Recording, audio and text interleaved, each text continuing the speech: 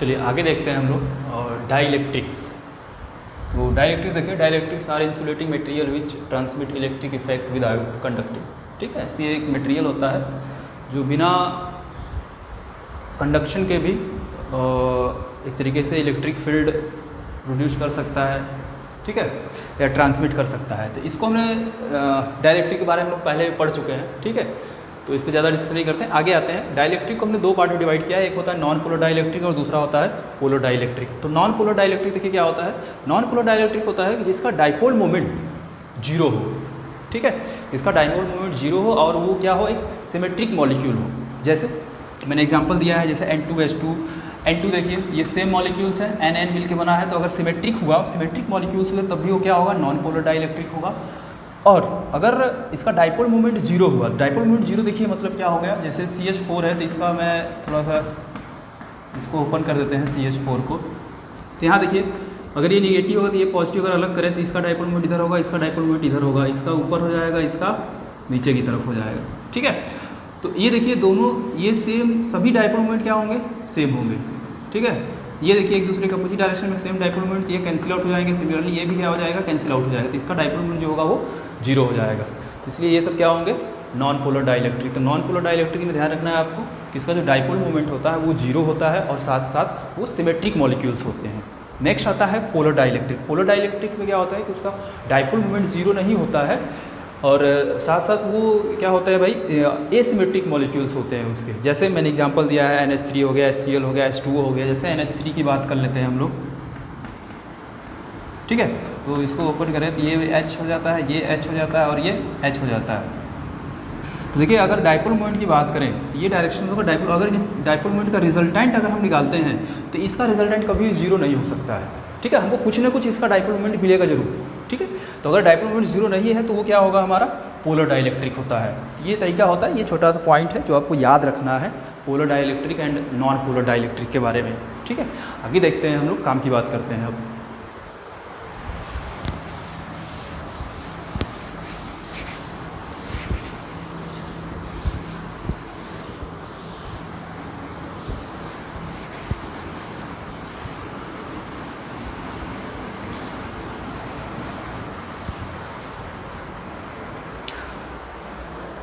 अब भाई हम किसी भी एटम की अगर बात करें तो अगर एटम की बात करें तो एटम में हमेशा पॉजिटिव निगेटिव चार्ज होते हैं, ठीक है। तो मैं मान लेता हूँ कि भाई देखिए, मान लेते हैं हमारे पास ये एक न्यूक्लियस है, इसके ऑर्बिट में एक इलेक्ट्रॉन सपोज करते हैं, ये हमारा इलेक्ट्रॉन है जो कि मूव कर रहा है, ठीक है। तो ये पूरा पूरा एक एटम है। एटम में क्या होते हैं भाई, पॉजिटिव चार्ज होता है और निगेटिव चार्ज होते हैं, ठीक है। अब आप एक बात ध्यान देंगे, या अगर हम एटम में अगर छोटा सा एटम दिखाएं, यहाँ पे अगर ये एटम है तो यहाँ पे दोनों चार्ज होंगे, पॉजिटिव चार्ज भी होगा और निगेटिव चार्ज भी होगा। अभी देखिए हम लोगों ने यहाँ पे इलेक्ट्रिक फील्ड अप्लाई नहीं किया है। जैसे ही हम लोग इलेक्ट्रिक फील्ड अप्लाई करेंगे, या फिर यहाँ पे हम लिख दे रहे हैं electric field is equal to क्या है भाई, जीरो है। जैसे इलेक्ट्रिक फील्ड लगाते हैं, जैसे ये हमारा पॉजिटिव प्लेट है हो गया और ये हमारा निगेटिव प्लेट हो गया। यहाँ पे इस एटम को रखेंगे तो देखिए क्या होगा, जैसे यहाँ पे रखेंगे हम लोग, पहले तो ये ऐसे ही रहता है, पहले तो ये ऐसे ही रहेगा, ठीक है, ये इलेक्ट्रॉन है हमारा। जैसे इलेक्ट्रिक फील्ड लगाएंगे क्या होगा, ये पॉजिटिव चार्ज इधर आएगा और निगेटिव चार्ज इधर आएगा। तो ये देखिए कैसा शेप ले लेता है, तो ये कुछ इस तरीके से हो जाएगा खींच के।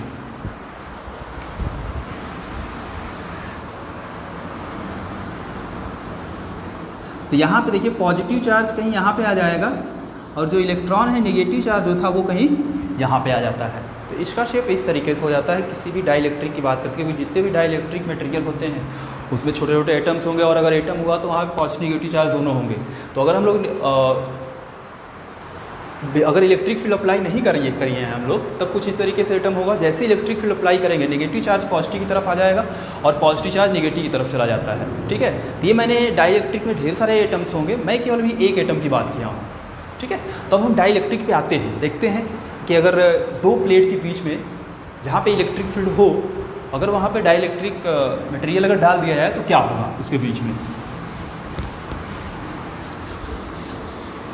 तो देखिए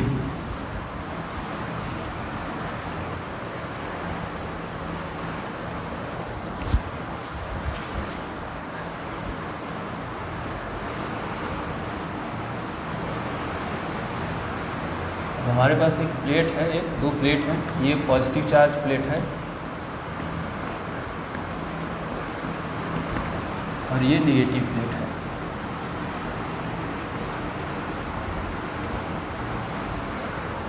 और इनके बीच का कुछ डिस्टेंस होगा, मान लेते हैं, चलिए इनके बीच का डिस्टेंस कितना रहा भाई, डी रहा। और यहाँ पे एक डाइलेक्ट्रिक मटेरियल डालते हैं, तो अगर डाइलेक्ट्रिक मटेरियल नहीं है तब इलेक्ट्रिक फील्ड देखिए कुछ पॉजिटिव से नेगेटिव की तरफ होगा। मैं मान लिया कि भाई क्या होगा, ई नॉट होगा। जैसे इसके अंदर डाइलेक्ट्रिक मटेरियल डालेंगे तो वो डाइलेक्ट्रिक मटेरियल जब इलेक्ट्रिक फील्ड में आएंगे तो वो जो डाइलेक्ट्रिक मटेरियल होंगे वो पोलराइज्ड हो जाएंगे। पोलराइज्ड मतलब ये होगा कि जो नेगेटिव चार्ज होगा पॉजिटिव की तरफ आएगा, पॉजिटिव जो होगा वो नेगेटिव की तरफ आ जाएगा। जैसे इससे पहले मैंने एक डायग्राम बनाया था, किसी एक एटम को इलेक्ट्रिक फील्ड में रखते हैं तो वो पोलराइज्ड हो जाता है, ठीक है। तो पोलराइज हो गया, इसका मतलब ये हुआ कि जो पॉजिटिव चार्ज है वो नेगेटिव तरफ आएगा और जो नेगेटिव चार्ज है वो पॉजिटिव की तरफ चला जाता है। तो इसको पोलराइजेशन ऑफ एटम या डाइलेक्ट्रिक बोलते हैं हम लोग। तो सेम कंसेप्ट यहाँ पे लगाएंगे। देखिए, तो जब इलेक्ट्रिक फील्ड में रखेंगे तो छोटे छोटे एटम्स होंगे, मैं एटम्स को बना रहा हूँ, तो पॉजिटिव इधर होगा, नेगेटिव इधर होगा, ऐसे ही ढेर सारे हमको बनाने हैं।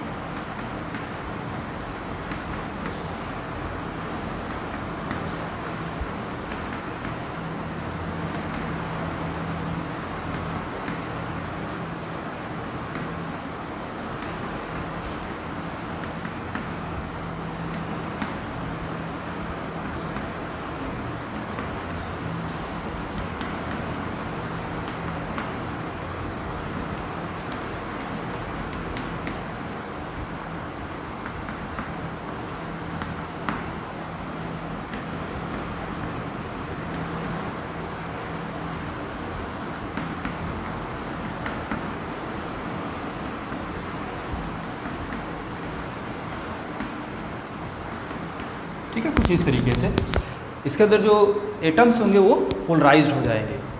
तो अब ये जो अब इसका कुछ डाइलेक्ट्रिक कांस्टेंट होगा, मैं मान लेता हूँ कि चलिए इसका जो डाइलेक्ट्रिक कांस्टेंट है इसका के है।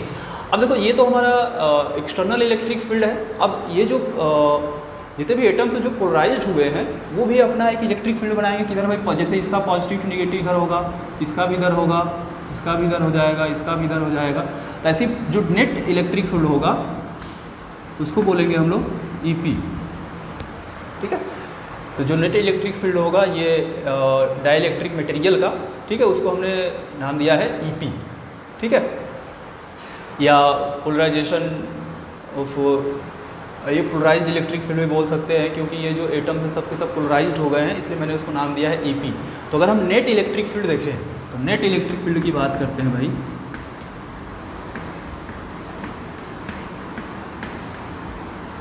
नेट इलेक्ट्रिक फील्ड सपोज करते हैं अगर E है तो E इज इक्वल टू क्या लिखेंगे, ई नॉट माइनस ई पी, ठीक है, यही लिखा जाएगा। E इज इक्वल टू लिखेंगे हम लोग क्या, ई नॉट माइनस ई पी, ये हमारा नेट इलेक्ट्रिक फील्ड होगा। थोड़ा सा ई पी की बात कर लेते हैं।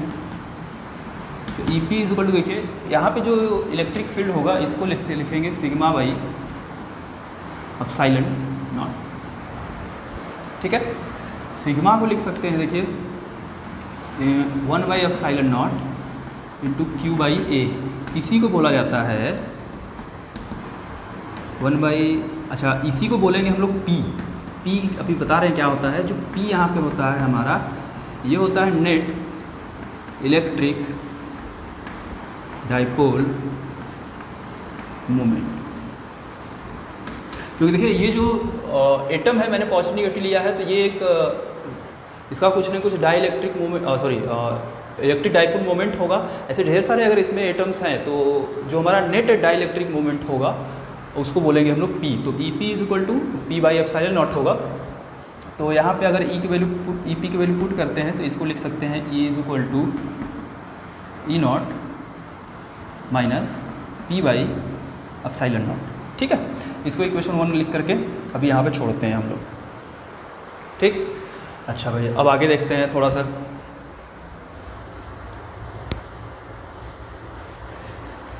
एक चीज़ और होता है यहाँ पे, इसको इक्वेशन 1 दे दिया है हम लोग, तो एक चीज़ और पढ़े होंगे कि भाई जो अगर हमारा एयर में या वैक्यूम में इलेक्ट्रिक फील्ड ई नॉट है, और अगर किसी मीडियम की बात करें और मीडियम आ गया तब इलेक्ट्रिक फील्ड सपोज किया है कितना ई है, तो हम लोग एक चीज़ फार्मूला लिख सकते हैं कि भाई E naught by E is equal to K. ठीक है, E naught by E is equal to K लिख सकते हैं, लिखा जा सकता है, इसको इक्वेशन 2 लिखते हैं। ठीक है, इतना रहने देते हैं, इसी में आगे देखिए थोड़ा सा इसको और छोटा लिख देते हैं। तो जो P इज इक्वल टू है नेट या total dipole moment, electric dipole या डाइपोल मोमेंट लिखते हैं। चलिए थोड़ा सा आगे देखते हैं यहाँ पे। आगे हम लोग देखेंगे इसमें इलेक्ट्रिक ससेप्टिबिलिटी।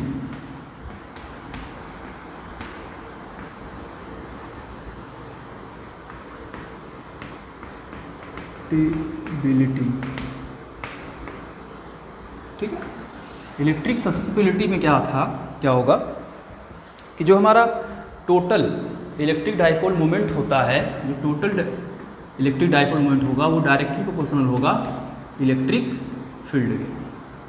जो टोटल इलेक्ट्रिक डाइपोल मोमेंट होगा वो किसके बराबर होगा भाई, अरे कि इसके डायरेक्टली प्रोपोर्शनल होगा इलेक्ट्रिक फील्ड के। अब यहाँ से प्रोपोर्शनलिटी का साइन हटाएंगे तो P is equal to epsilon naught chi into E. ठीक है, यहाँ पे जो काई है इसको काई बोला जाएगा, इसी को बोला जाता है इलेक्ट्रिक ससेप्टिबिलिटी।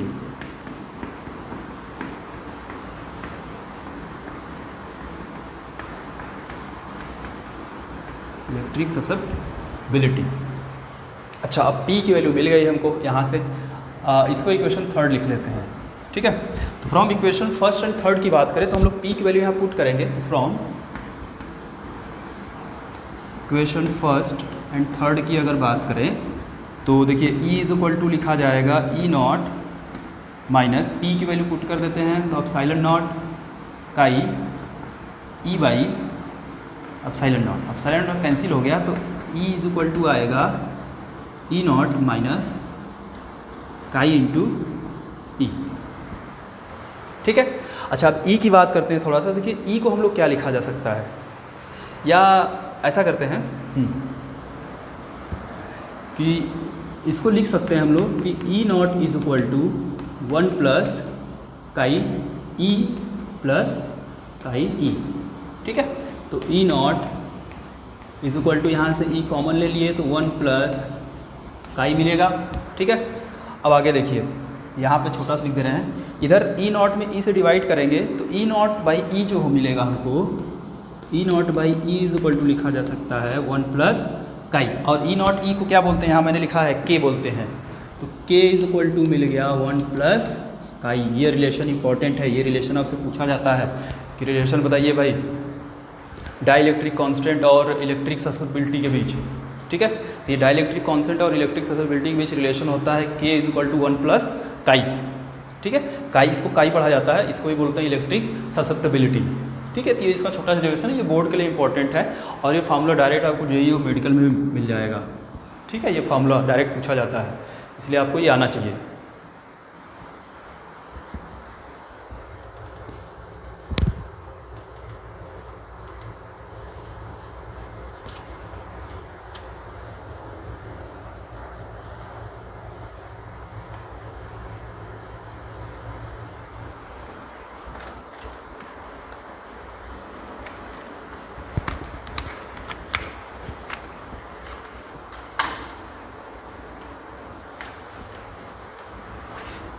चलिए आगे देखते हैं।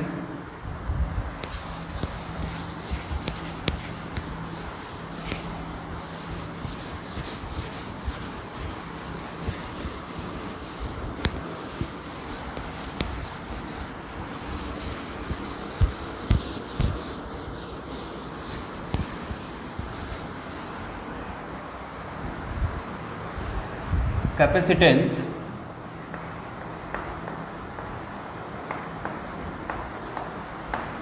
of parallel plate capacitor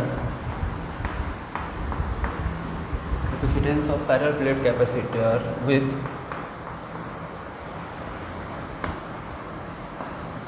dielectric slab. ठीक है, अब हमारे पास अगर एक कैपेसिटर है, ठीक है, पैरेलल प्लेट्स कैपेसिटर है, उसके बीच में हम लोग क्या करते हैं, एक डाइलेक्ट्रिक स्लैब डाल देते हैं, तब उसका कैपेसिटेंस क्या होगा यहाँ पे हम लोग देखेंगे। तो देखिए पहले ये रहा, यह एक कैपेसिटर हमारे पास, ठीक है, और इसके प्लेट के बीच का जो डिस्टेंस है वो डी लेते हैं, और इसके बीच में एक हम लोग डाइलेक्ट्रिक स्लैब डालते हैं,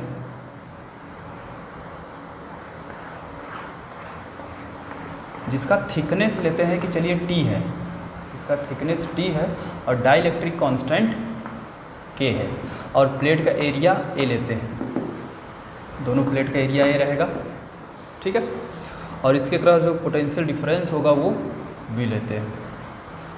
तो देखिए यहाँ पे फिर से वही काम करेंगे,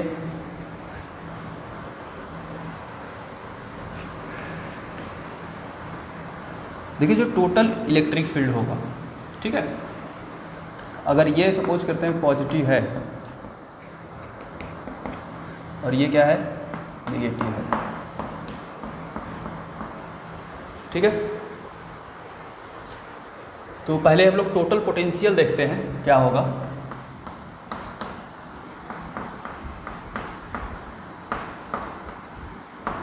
total potential V is equal to, देखिए क्या लिखेंगे, V इज इक्वल टू लिखेंगे,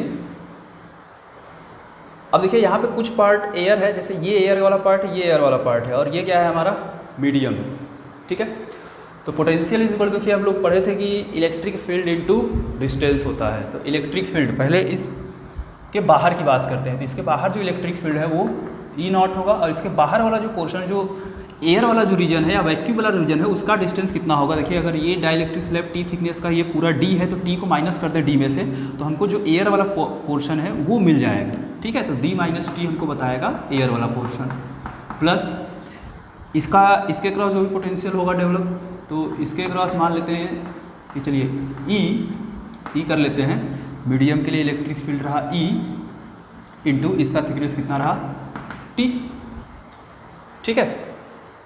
अच्छा अब आगे देखते हैं, तब V इज इक्वल टू क्या लिखा जाएगा भाई,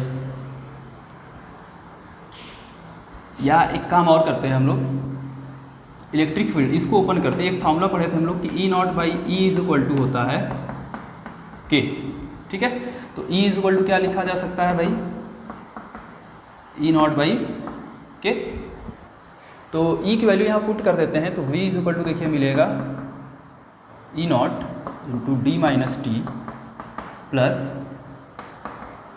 E नॉट बाई के इंटू टी, ठीक है, तो V इज इक्वल टू यहाँ से E नॉट कॉमन है, ले लेते हैं, तो यहाँ मिलेगा D minus T plus T by के, ठीक है।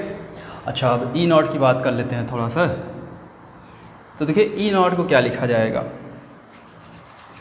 इसके अंदर इलेक्ट्रिक फील्ड अगर हम कहीं भी बात करें, तो इलेक्ट्रिक फील्ड देखिए क्या होगा, E नॉट हम लोग पढ़े हैं क्या होता है, सिग्मा बाई एप्सिलॉन नॉट, ठीक है, sigma by epsilon not, sigma को Q बाई ए लिख सकते हैं, तो A एप्सिलॉन नॉट, ठीक है।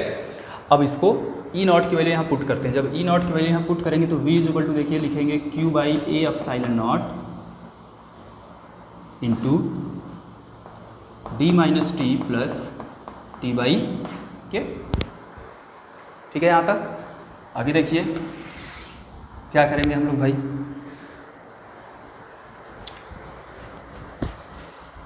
अब हम लोग Q को इधर लाते हैं कहीं, ठीक है, Q को इस साइड लाएंगे अगर, तो V बाई क्यू देखिए क्या होगा,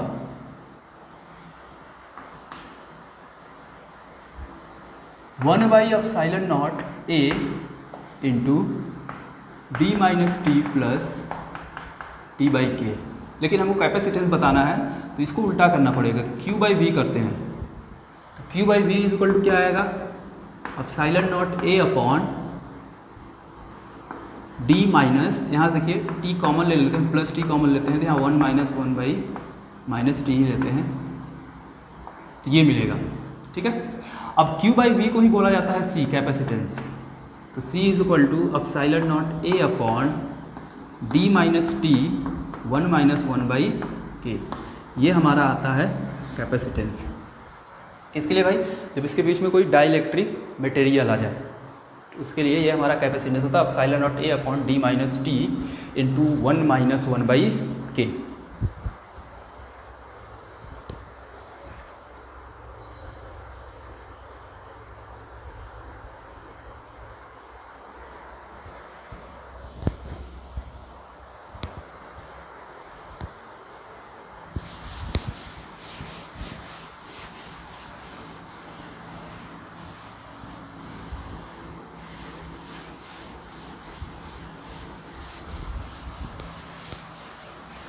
देखिए अब इसी में कुछ केस देख लेते हैं हम लोग। ये जो डाइलेक्ट्रिक मटेरियल है, अगर ये पूरा टी की वैल्यू डी के बराबर हो जाए, मतलब इस पूरे प्लेट के बीच में अगर डाइलेक्ट्रिक मीडियम आ जाए ये, तो केस देख लेते हैं। केस फर्स्ट को केस देखते हैं। केस फर्स्ट अगर टी इज इक्वल टू क्या हो जाए? डी, मतलब ये जो डाइलेक्ट्रिक मटेरियल है ये पूरे स्पेस में भर दिया जाए, तो डी इज इक्वल टू अगर टी हो जाए तो वहाँ पुट करेंगे हम लोग। तो देखिए क्या आएगा, capacitance C is equal to epsilon naught A upon D minus T की वैल्यू भी D हो गया 1 माइनस 1 बाई के। तो C is equal to epsilon naught A, यहाँ से D कॉमन ले लेते हैं, तो यहाँ बचेगा 1 माइनस 1 बाई के। ठीक है, तो C इज इक्वल टू देखिए epsilon naught A upon D into 1 minus 1 plus 1 by के। 1 से 1 कैंसिल हो गया, तो C इज इक्वल टू मिलेगा एप्सिलॉन नॉट के ऊपर चला जाएगा के ए बाई डी। ठीक है, अगर इस थिकनेस जो डाइलेक्ट्रिक मीडियम का जो थिकनेस है अगर वो डी के बराबर हो जाए, मतलब इस पूरे स्पेस में भर दिया जाए, तो उस केस में जो हमारा कैपेसिटेंस होगा एप्सिलॉन नॉट के ए बाई डी हो जाता है।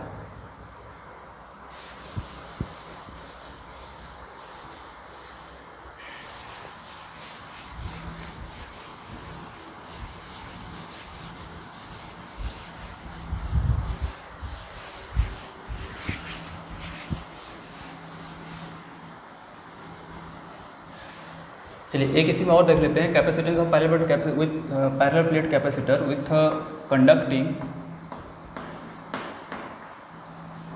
स्लैब।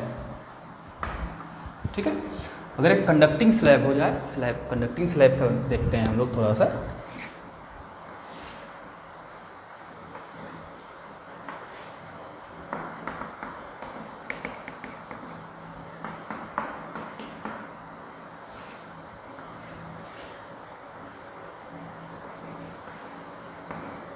इसका थिकनेस टी रहेगा।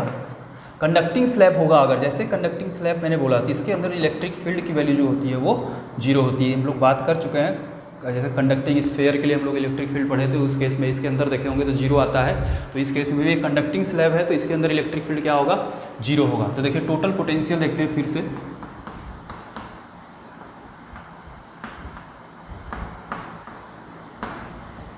Total potential V is equal to देखिए क्या लिखेंगे फिर से, ई नॉट इंटू इसके बाहर रीजन की बात कर रहे हैं। ठीक है, इस केस में देखिए तो क्या हो जाएगा हमारा D माइनस टी बचा है, प्लस इसके रीजन की बात करते हैं तो इलेक्ट्रिक फील्ड इंटू डिस्टेंस बात करेंगे तो इलेक्ट्रिक फील्ड 0 है, तो ये पोटेंशियल इसके अंदर क्या हो जाएगा? 0 हो जाएगा जो डेवलप होगा।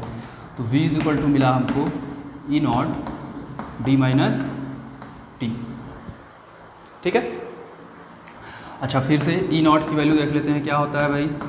सिग्मा बाई ए होगा, सिग्मा की value Q by epsilon not लिखेंगे, तो ये हो गया। ई नॉट की वैल्यू पुट करेंगे तो V इज इक्वल टू मिलेगा Q by epsilon naught A D minus T. अब देखिए भाई क्यू किधर ले जाएंगे तो V बाई क्यू हमको मिलेगा 1 by epsilon naught A into D minus T.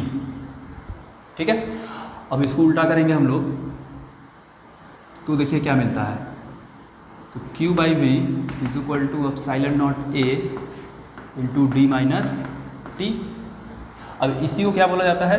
C बोलते हैं कैपेसिटेंस। तो C इज इक्वल टू मिलेगा epsilon naught A D minus T. ठीक है, ये हमारा मिल गया कैपेसिटेंस।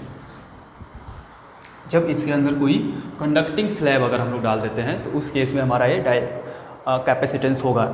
एक चीज़ थोड़ा और अच्छे से कर सकते हैं इसको हम लोग, तो एप्सिलॉन नॉट ए, यहाँ पे चाहो तो डी कॉमन ले लेते हैं तो वहाँ मिलेगा 1 माइनस टी/d।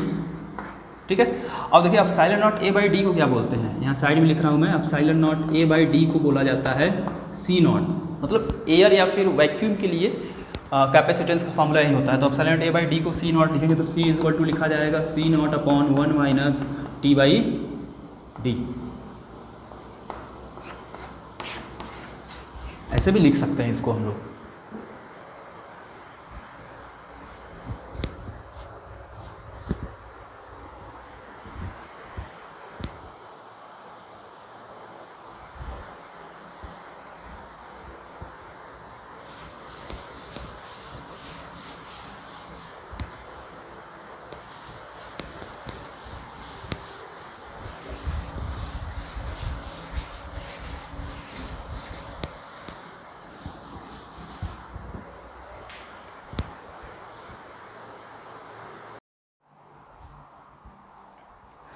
चलिए भाई, आगे हम लोग क्वेश्चन देखने वाले हैं कि अगर कोई हमारे पास एक कैपेसिटर है और उसके बीच में अगर कोई डिफरेंट डाइलेक्ट्रिक मीडियम अगर डाल दिए जाते हैं तो क्या हमारा उसका कैपेसिटेंस क्या होगा। ठीक है, तो उसके बारे में डिस्कस करते हैं। काफ़ी अच्छा यहाँ से क्वेश्चन आते हैं अच्छे। जैसे पहले कंसेप्ट हम लोग क्लियर करेंगे अपना। हमारे पास एक कैपेसिटर है इस तरीके से, बहुत बड़ा ले लिए हैं, थोड़ा छोटा करते हैं। ये हो गया। ठीक है, सपोज करते हैं इनके बीच का डिस्टेंस जो है वो d है और दोनों प्लेट का एरिया सपोज करते हैं कि भाई a है। ठीक है, और इसके बीच में हम लोग इसके बीचों बीच डाइलेक्ट्रिक मीडियम डालते हैं। इसका इधर जो मीडियम है इसका डाइलेक्ट्रिक कांस्टेंट K1 सपोज करते हैं और इस साइड जो मीडियम है इसका डाइलेक्ट्रिक कांस्टेंट K2 सपोज करते हैं। और ये सपोज करते हैं कि भाई सेम डिस्टेंस तक भरे गए, मतलब ये d/2 होगा और ये भी तब क्या होगा d/2 डिस्टेंस तक होगा। ठीक, अब हमको बताना है कि इसका इक्विवेलेंट कैपेसिटेंस कितना होगा अगर ये पॉइंट A लेते हैं और ये पॉइंट B लेते हैं। तो A और B के क्रॉस हमको इक्विवेलेंट कैपेसिटेंस बताना है। ठीक है, तो देखिए इसमें क्या करना है, अगर जो अलग अलग मीडियम होगा उसको हम अलग अलग कैपेसिटर सपोज करेंगे। ठीक है, अलग अलग मीडियम के लिए अलग अलग कैपेसिटर सपोज किया जाएगा। जैसे यहाँ पे एक डाइलेक्ट्रिक मीडियम डाला गया जिसका डाइलेक्ट्रिक कांस्टेंट K1 है, तो अब ये अलग हमारा कैपेसिटर काम करेगा। ठीक है, ये अलग मीडियम है, ये हम इसका कैपेसिटर हम लोग अलग फाइंड करेंगे। तो पहले हम लोग दोनों कैपेसिटेंस निकालते हैं कि इसका और इसका होगा कितना। तो मैं सपोज करता हूँ, चलिए इसका कैपेसिटेंस C1 होगा और इसका कैपेसिटेंस C2 होगा। तो पहले C1 और C2 निकालते हैं क्या होगा। तो देखिए C1 सपोज किए इसका कैपेसिटेंस जो आधे पार्ट तक जो कैपेसिटर ये डाइलेक्ट्रिक मीडियम भरा गया है, तो C1 is equal to epsilon naught K1A। अब देखिए इस प्लेट का एरिया हम बात करें तो एरिया तो अगर इसका A है तो A एरिया तक ये भी भरा गया होगा। ठीक है, अपॉन ये डिस्टेंस देखते हैं कितना हो गया भाई d/2 हो गया। इसको और अच्छे से लिख लेते हैं तो C1 हो जाएगा 2 एप्सिलॉन नॉट K1A/d। ठीक है, ये हमको C1 मिल गया। ऐसे ही अब इसका निकालते हैं। इसका हमने कैपेसिटेंस सपोज किया है C2 है, तो C2 इज इक्वल टू देखिए क्या होगा, सिमिलरली इसी तरीके से एप्सिलॉन नॉट K2A/d2। ठीक है, क्योंकि सेम एरिया रहेगा। अब देखिए आगे क्या करते हैं, इसको भी थोड़ा और अच्छे से लिख लेते हैं। तो C2 is equal to 2 epsilon naught K2A/d, ये हो गया C2। अच्छा, अब यहाँ पे ये देखना है, अब C1 C2 तो हमने अलग अलग फाइंड कर लिया है। अब इनका कॉम्बिनेशन कैसे करना है भाई। कॉम्बिनेशन बोले तो सीरीज होगा या पैरेलल होगा। ठीक है, तो देखिए समझिए इसको सीरीज कैसे होगा, पैरेलल कैसे होगा। तो पहले हम लोग अगर देखें, अगर डाइलेक्ट्रिक मीडियम, ध्यान दीजिएगा, अभी डाइलेक्ट्रिक मीडियम अगर डिस्टेंस को डिवाइड कर रहा है, ठीक है, अगर डाइलेक्ट्रिक मीडियम डिस्टेंस को डिवाइड कर रहा है तो वो जो कॉम्बिनेशन होगा वो सीरीज कॉम्बिनेशन होगा। ठीक है, याद रहेगा आपको, अगर डाइलेक्ट्रिक मीडियम डिस्टेंस, इनके बीच का जो डिस्टेंस, दोनों प्लेट के बीच का जो डिस्टेंस है, अगर उसको डिवाइड कर रहा है, जरूरी नहीं कि सेम डिस्टेंस डिवाइड करें, अलग अलग भी हो सकता है, हम आगे डिस्कस करेंगे। तो अगर इनके बीच के जो स्पेसिंग है या इनके बीच का जो डिस्टेंस है प्लेटों के बीच का, अगर इसको डिवाइड करता है तो वो कैपेसिटर हमारा सीरीज में होगा। अगर मैं इसको एक फिर से अगर डायग्राम बनाना चाहूँ तो देखिए इसको कैसे बना सकते हैं, ठीक है। इसका कैपेसिटेंस C1, इसका C2, भाई ये रहा पॉइंट A और ये रहा पॉइंट B। इसको मैंने यहाँ पे इस तरीके से रिप्रेजेंट कर सकते हैं। तो ये देखो, ये जो दोनों मीडियम है, डाइलेक्ट्रिक मीडियम है, ये डिस्टेंस को डिवाइड किए हैं, दोनों प्लेटों के बीच का जो डिस्टेंस है उसको डिवाइड किया है, इसलिए ये दोनों कैपेसिटर किस में होंगे भाई, सीरीज कॉम्बिनेशन में होंगे। अब हमको निकालना इक्विवेलेंट कैपेसिटेंस, हमको C1 C2 मिल गया है। अच्छा, तो इक्विवेलेंट सपोज करते हैं अगर C है तो 1/C इज इक्वल टू लिखा जाएगा 1/C1 प्लस 1/C2। तो 1/C is equal to 1/C1 देखते हैं क्या है भाई, 2 epsilon naught K1 A/D plus 1/C2 क्या है भाई, ये K1 रहेगा 2 एप्सिलॉन नॉट K2 A/D, ठीक है। तो 1/C इज इक्वल टू, अब D भाई ये ऊपर चला जाएगा, तो D/2 epsilon naught K1A plus D/2 epsilon naught K2। अब 1/C इज इक्वल टू देखिए क्या होगा भाई, यहाँ से D/2 epsilon naught A common ले लेते हैं तो यहाँ बचेगा 1/K1 प्लस 1/K2, ठीक है। तो 1/C is equal to D/2 epsilon naught A, LCM लेते हैं K1 K2, यहाँ पे आ जाएगा K1 प्लस K2। अब हमको चाहिए C, तो C करेंगे तो उल्टा कर दिया जाएगा, तो देखिए ये आएगा 2 epsilon naught A/D into K1 K2 by K1 plus K2। ये आएगा हमारा इक्विवेलेंट कैपेसिटेंस इस केस के लिए, ठीक है। तो इस केस के लिए ये जो होगा हमारा इक्विवेलेंट कैपेसिटेंस होगा 2 epsilon naught A/D into K1 K2 upon K1 plus K2। तो ये हमारा इक्विवेलेंट कैपेसिटेंस हुआ इस केस के लिए।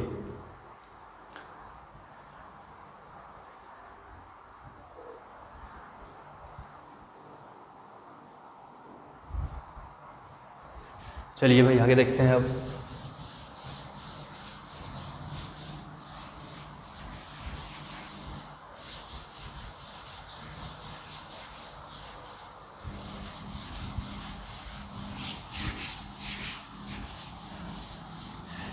चलिए इसी पे और क्वेश्चन देखते हैं हम लोग।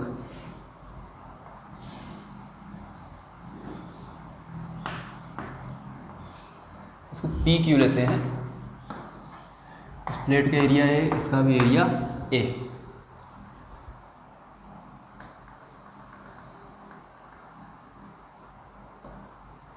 ठीक है, इसका K1 लेते हैं, एक डाइलेक्ट्रिक मीडियम है, और इसको K2 लेते हैं, ये अलग डाइलेक्ट्रिक मीडियम है। अच्छा, टोटल डिस्टेंस D है, हमने सपोज किया कि भाई ये रहा D/3 डिस्टेंस, ये कितना होगा तब 2D/3, ठीक है। अब बताना है ए P और Q के बीच इक्विवेलेंट कैपेसिटेंस कितना होगा। तो देखिए फिर से हमने सपोज कर लिया है कि भाई इसके में क्रॉस जो कैपेसिटेंस हमारा होगा वो C1 होगा और इसका जो कैपेसिटेंस होगा वो C2 होगा। तो फिर से C1 और C2 निकालते हैं। तो देखिए C1 कितना होगा, C1 इज इक्वल टू लिखेंगे एप्सिलॉन नॉट K1 A/D/3, ठीक है।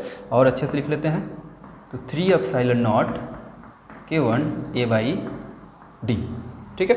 ऐसे ही C2 देखते हैं, तो एप्सिलॉन नॉट K2 A/2D/3, इसको भी अच्छे से लिख लेते हैं भाई, तो 3 एप्सिलॉन नॉट K2 A/2D, ठीक है।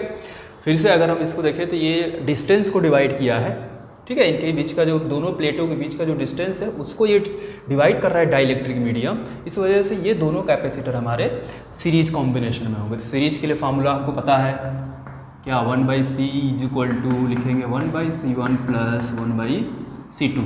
तो 1/C इज इक्वल टू लिखा जाएगा, क्या लिखेंगे भाई, 1/C1 की बात करते हैं। C1 क्या दिया गया है, 3 epsilon naught K1 A/D plus 1/C2 देखते हैं, तो 3 epsilon naught K2 A/2 2D।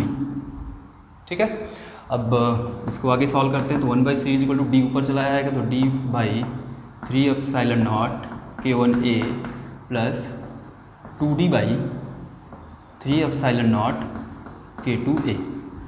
ठीक है, तो 1/c इज इक्वल टू, यहाँ से कुछ कॉमन है बाहर ले लेते हैं, तो d/3 epsilon naught into a common है, यहाँ क्या बचा 1/k1 प्लस यहाँ बचेगा 2/k2। क्लियर है, तो 1/c इज इक्वल टू लिखेंगे d/3 epsilon naught a into यहाँ पे हो जाएगा k1 k2 बाई, यहाँ देखिए क्या होगा k2 प्लस 2k1। ठीक है, तो c क्या हो जाएगा भाई, उल्टा कर देंगे तो 3 epsilon naught a/d into k1 k2 upon k2 plus 2k1। इस केस में ये हमारा इक्विवेलेंट कैपेसिटेंस होगा।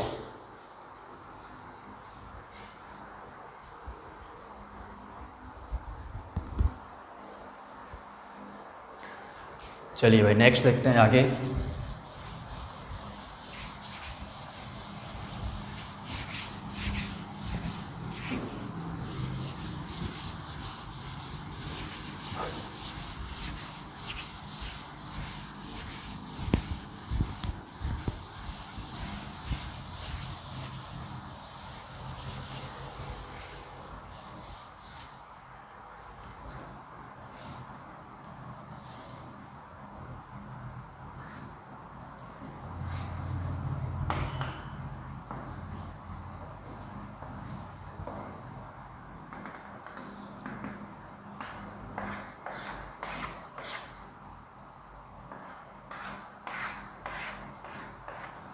चलिए इस बार देखिए, सपोज करते हैं इसका डाइलेक्ट्रिक कांस्टेंट k1 हो गया और इसका डाइलेक्ट्रिक कांस्टेंट k2 हो गया। इसमें देखिए क्या है कि इस बार ये जो डाइलेक्ट्रिक मीडियम इसमें भरे गए हैं वो डिस्टेंस को डिवाइड नहीं कर रहे हैं, दोनों बीच के प्लेट का जो डिस्टेंस है इसको डिवाइड नहीं कर रहा है। ठीक है, तो किसको डिवाइड कर रहा है भाई, ये डिवाइड कर रहा है इस प्लेट के एरिया को डिवाइड कर रहा है। ठीक है, एक तरीके से प्लेट को डिवाइड कर रहा है। ठीक है, तो मैं मान लेता हूँ कि चलिए भाई अगर इस पूरे का एरिया a है तो इस आधे पार्ट का जो प्लेट का एरिया होगा वो a/2 हो जाएगा और इसका भी कितना हो जाएगा a/2। सिमिलरली इधर भी वही चीज़ होने वाला है। ठीक है, तो इस बार देखिए क्या हुआ, जो डाइलेक्ट्रिक मीडियम है वो प्लेट के एरिया को डिवाइड कर रहा है। तो अगर प्लेट के एरिया को डिवाइड करता है तो इसको हम लोग पैरेलल कॉम्बिनेशन बोलेंगे। ठीक है, अगर प्लेट के एरिया को डिवाइड करेगा डाइलेक्ट्रिक मीडियम तो उसको हम लोग पैरेलल कॉम्बिनेशन में लेंगे। तो हम सपोज करते हैं चलिए इसका कैपेसिटेंस C1 रहा और इसका कैपेसिटेंस C2 रहा। तो पहले C1 देखते हैं क्या होगा। तो C1 देखिए क्या होगा भाई, क्या लिखेंगे हम लोग, एप्सिलॉन नॉट k1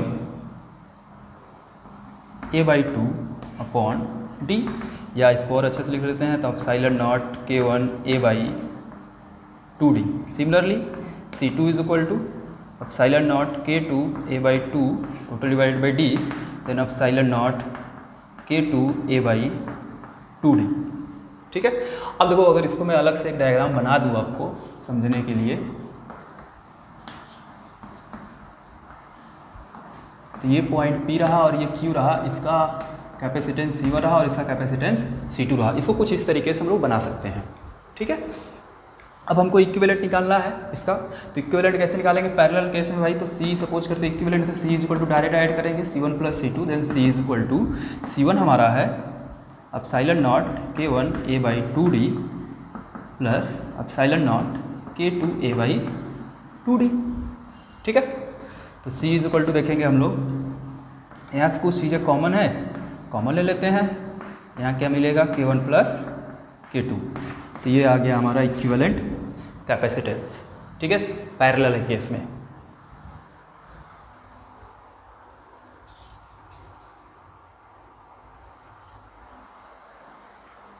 चलिए आगे देखते हैं।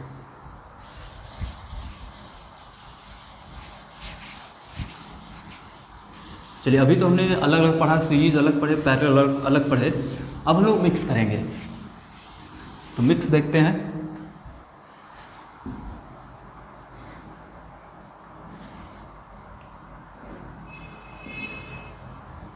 ये पॉइंट P, ये P हो गया Q। अब देखिए क्या करना है भाई।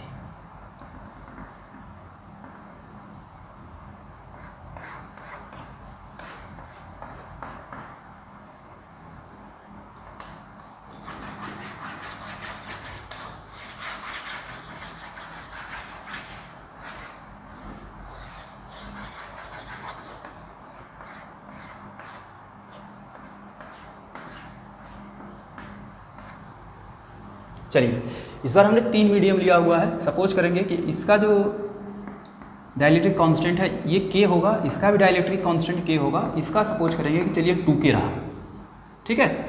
अब इनके बीच का टोटल डिस्टेंस अगर D है तो ये हाफ हाफ कर लेते हैं, D/2, और ये भी रहा हमारा D/2।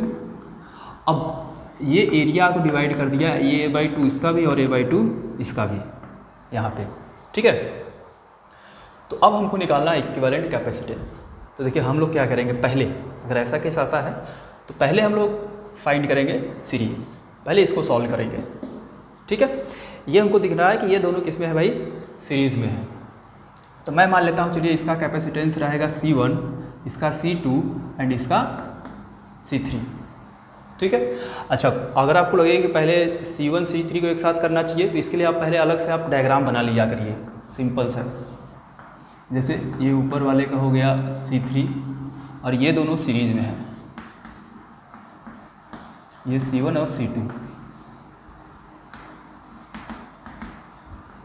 ये P हो गया और ये Q हो गया। तो कुछ इस तरीके से सॉल्व करना है हमको। ये दोनों सीरीज है देन फिर पैरेलल है, तो ये डायग्राम बना है, इसको सॉल्व करना है। पहले C1 C2 C3 निकालते हैं, उसके बाद इसका सीरीज निकालेंगे, देन जो भी आएगा उसके साथ पैरेलल कर दिया जाएगा। तो पहले देखिए C1 होगा कितना, तो C1 देखिए C1 is equal to K epsilon naught A/2 upon D/2। अच्छा 2 से 2 कैंसिल हो गया तो K एप्सिलॉन नॉट A/D, ठीक है।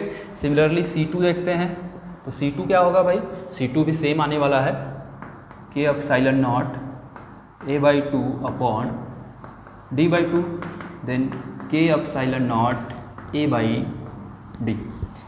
C3 देख लेते हैं यहाँ पे, C3 देखिए क्या होगा भाई।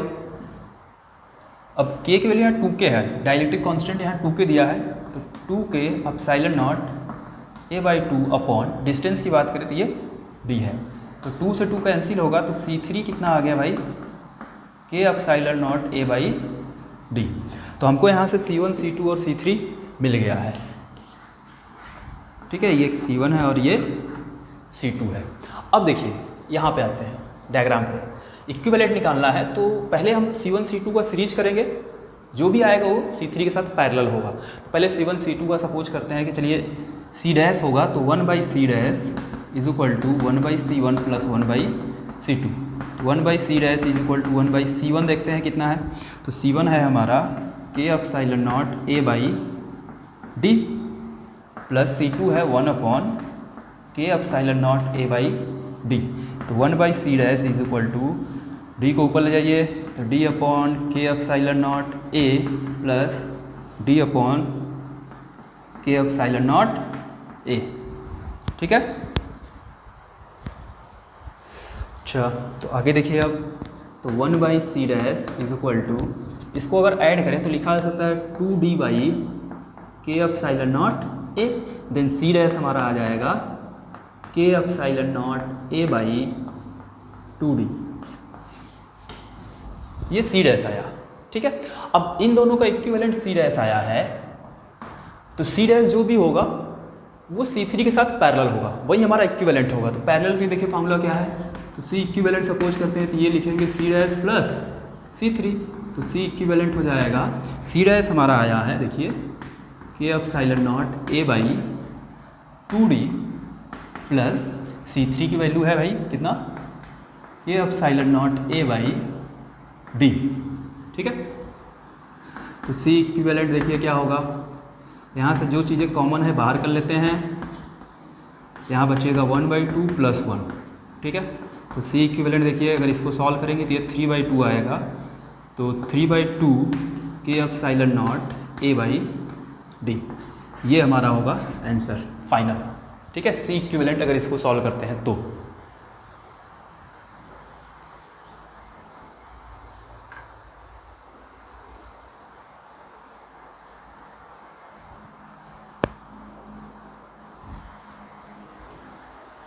चलिए आगे देखते हैं।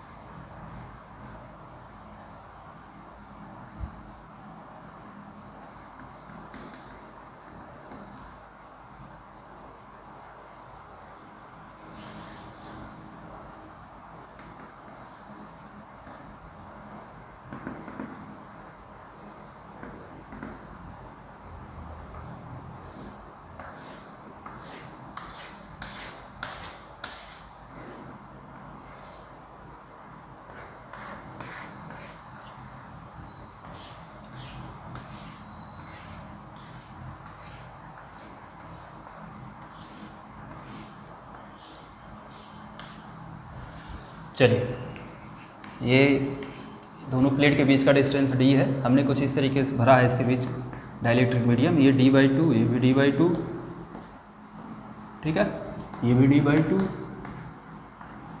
और ये भी d/2, और ये एरिया को डिवाइड किया है तो इसका हाफ हाफ कर लेते हैं। चलिए a/2 a/2। अब देखिए, सपोज करते हैं इसका कैपेसिटेंस C1 होगा, इसका C2 होगा, इसका C3 होगा। पहले डायरेक्ट इसका K ले लेते हैं, इसका भी K ले लेते हैं, इसका 2K ले लेते हैं, ठीक है, डाइलेक्ट्रिक कांस्टेंट। ये डाइलेक्ट्रिक कांस्टेंट इन दोनों का K है और इसका 2K है। इसका हमने सपोज किया है कि भाई कैपेसिटेंस C1 होगा, इसका C2 होगा और इसका C3 होगा। अच्छा, इसको देखिए पहले आप कैसे सॉल्व करना है। तो पहले आप एक ऐसी डायग्राम बना लीजिए कैपेसिटर के फॉर्म में। तो पहले अगर बनाएंगे तो केवल C1 ये रहा, C2, तो C1 के साथ देखिए ये जो है पैरेलल में है,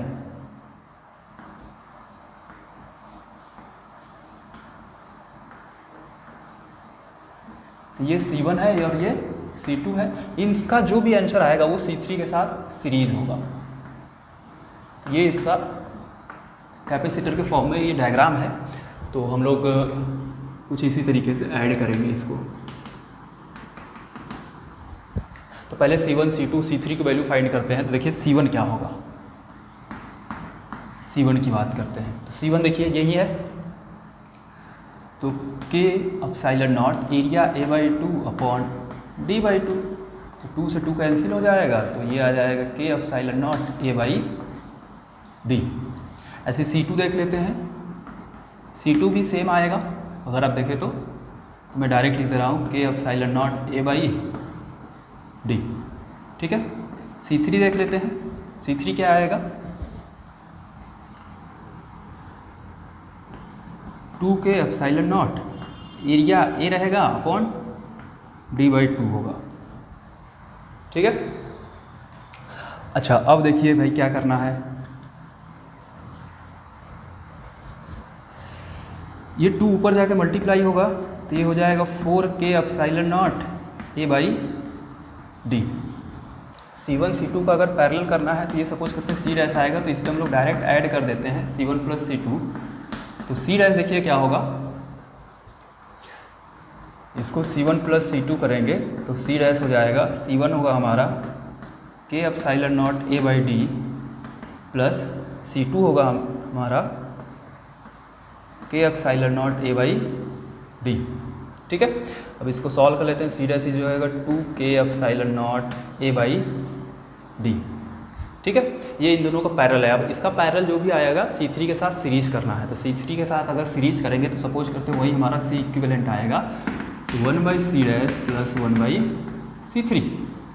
तो 1/C इक्विवेलेंट देखिए 1/C' क्या आया है भाई, 2k epsilon naught A by D plus C3 क्या आया था हमारा 1/4k epsilon naught A by D. तो 1/c इक्विवेलेंट देखिए क्या आएगा, डी ऊपर जाकर मल्टीप्लाई होगा तो 2k एप्सिलॉन नॉट ए plus D upon 4k epsilon naught ए। अच्छा तो 1/c इक्विवेलेंट, यहाँ से कुछ चीज़ें कॉमन है, कॉमन लेते तो डी अपॉन, यहाँ से कॉमन आएगा 2k एप्सिलॉन नॉट ए कॉमन होगा तो यहाँ क्या बचेगा भाई 1 प्लस 1/2। ठीक है, तो 1/c इक्विवेलेंट देखिए ये हो जाएगा, इसको ऐड करेंगे 3/2 हो जाएगा, 2 का नीचे मल्टीप्लाई होगा 4 होगा तो 3/4 D by K epsilon naught A. Then C equivalent आएगा हमारा 4k epsilon naught A by 3d। ये हमारा इक्विवेलेंट आ गया इस केस के लिए।